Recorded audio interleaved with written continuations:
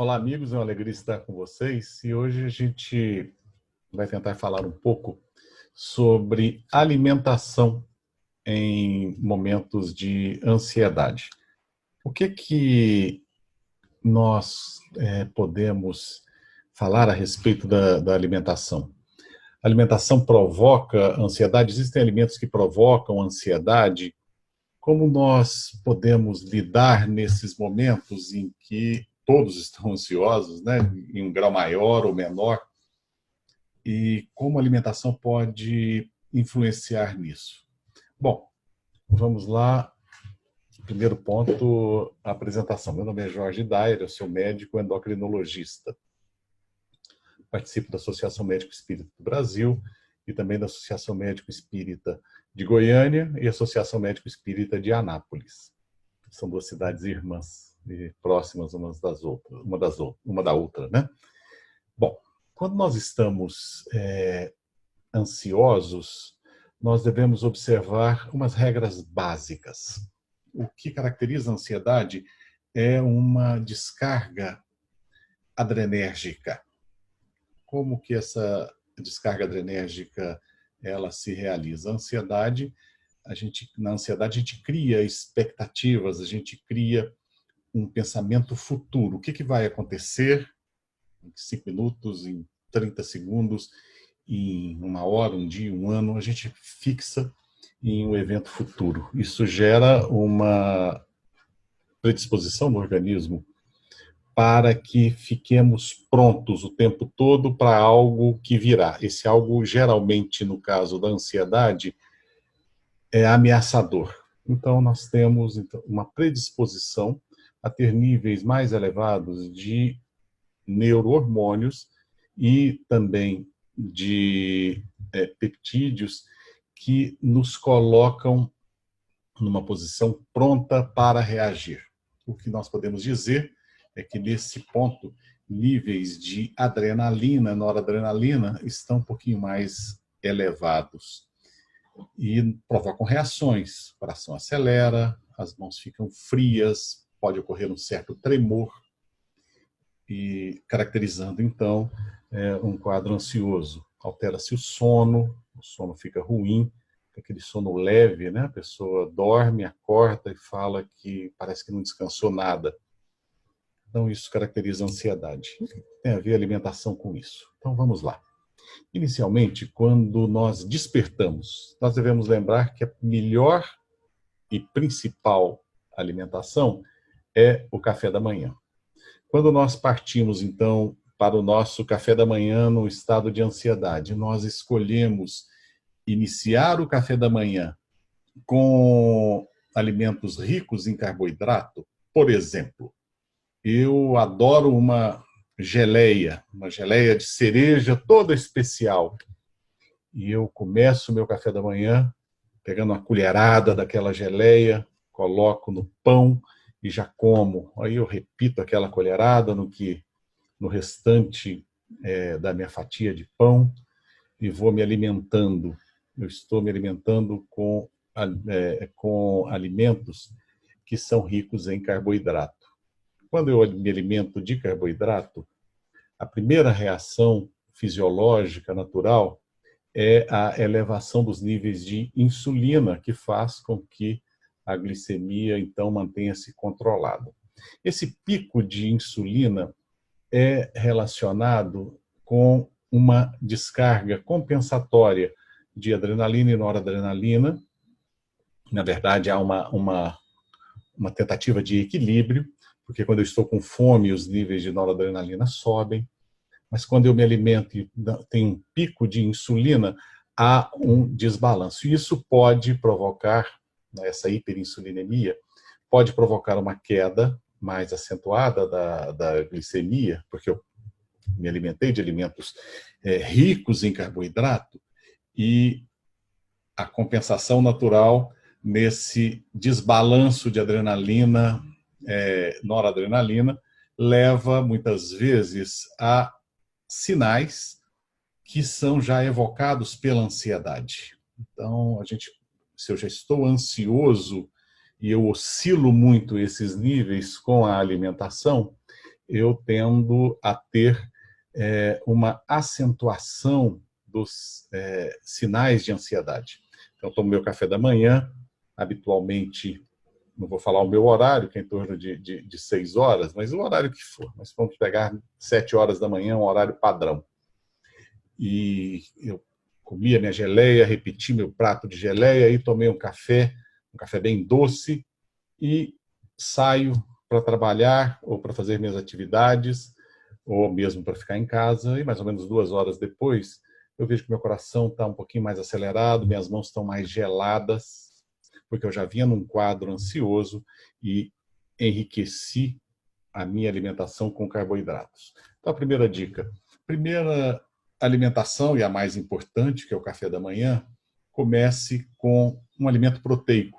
Um ovo cozido, por exemplo. Um ovinho cozido é sempre muito bom, né? Para aqueles que gostam. Um queijo. Tome o seu café com pouco açúcar, de preferência sem açúcar, porque o bom café, na verdade, ele deve ser provado sem açúcar, né? Mas isso é para o gosto de cada um.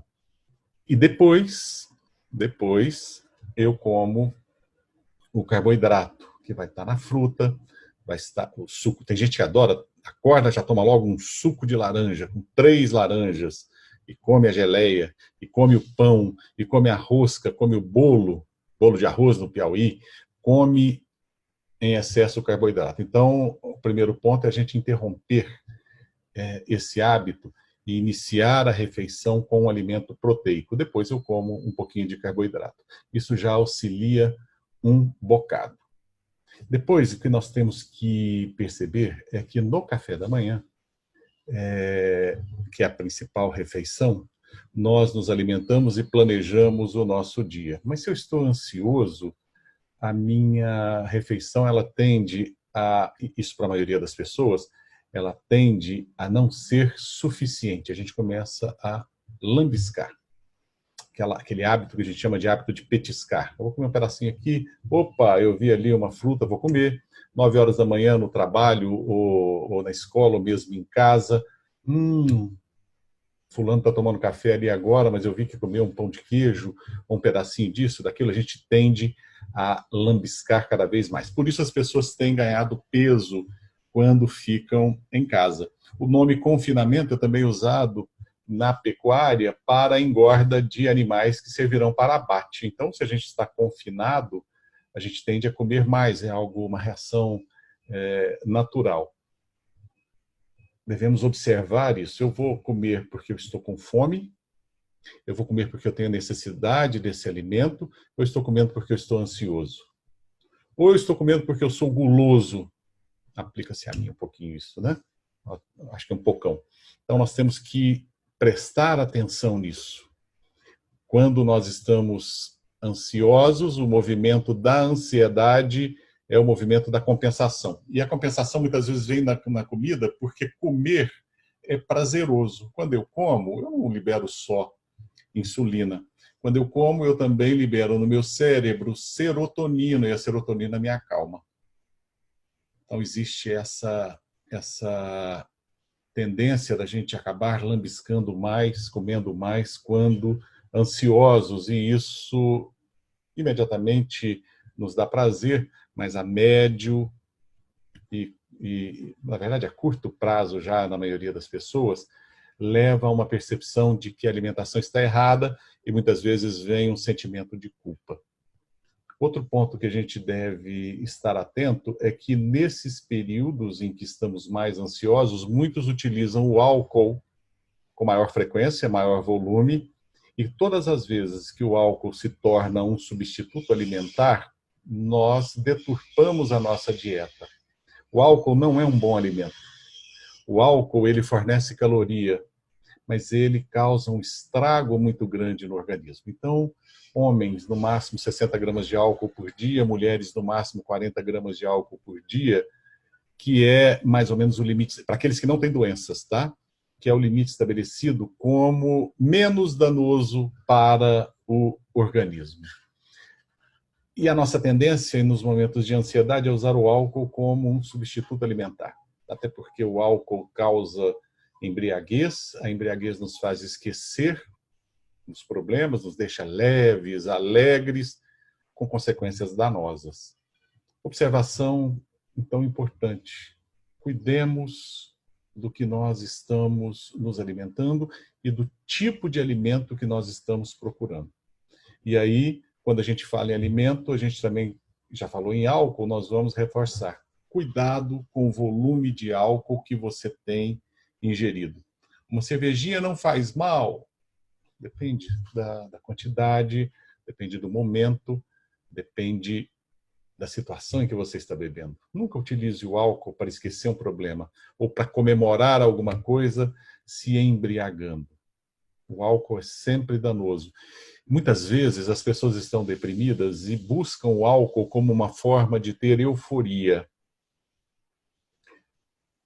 Só que o álcool provoca depressão. Todas as vezes que você usa o álcool para buscar a euforia, o impacto é muito negativo, porque assim que há a metabolização do álcool, nós temos uma depressão de neurotransmissores que nos mantêm em equilíbrio. Então, o álcool é um indutor de depressão. Não é um alimento.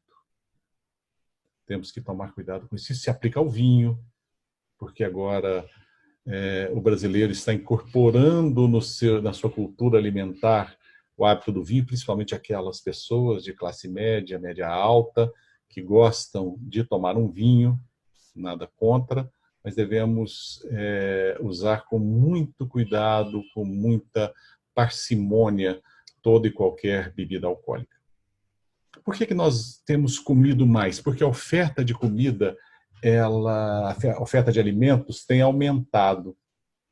Vejamos algo interessante. Nos últimos 20 anos, houve um aumento em torno de 30 vezes do número de flavorizantes. O que são flavorizantes?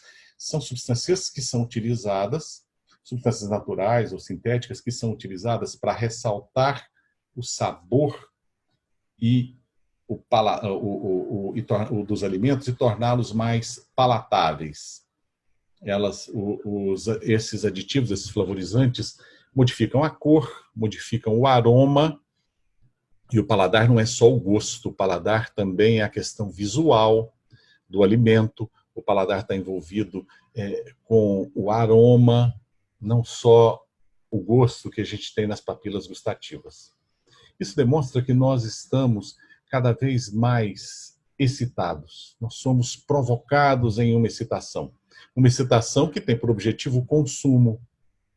Então, nós somos hoje bombardeados com um número gigantesco de flavorizantes, em torno de 6.700 tipos de flavorizantes. Existem 6.700 sabores? A gente sabe que não. São 5 sabores básicos, né? É o doce, é o amargo, é o sal. Tem o 5º sabor, que é um sabor neutro. Mas em cima dessas combinações, já se tem mais de 6.000 substâncias flavorizantes. A essa informação, a gente acrescenta outra informação. O número de bits, ou seja, o número de unidades de informação que recebemos a cada segundo é gigantesco. Então, o que nós crescemos em informação e não conhecimento nos últimos 20 anos supera tudo o que recebemos da história do homem até o ano 2000. Nós somos bombardeados o tempo todo por informação. Por isso o tempo passa rápido, né? Poxa vida, hoje já é metade do ano de 2020, no momento em que estou gravando essa participação. Passou rápido, nem percebi. Eu lembro que ontem foi Natal, Ano Novo, e hoje já estamos na metade do ano. Por que isso ocorre se não mudou-se o ciclo de translação e rotação da Terra? Se o dia ainda tem 24 horas? Porque a quantidade de informação que recebemos, ela é gigantesca. Então, estamos extremamente excitados também pela informação. E essa excitação tem um reflexo na nossa alimentação. Nesses momentos podemos chamar de crise, nesse momento em que estamos recebendo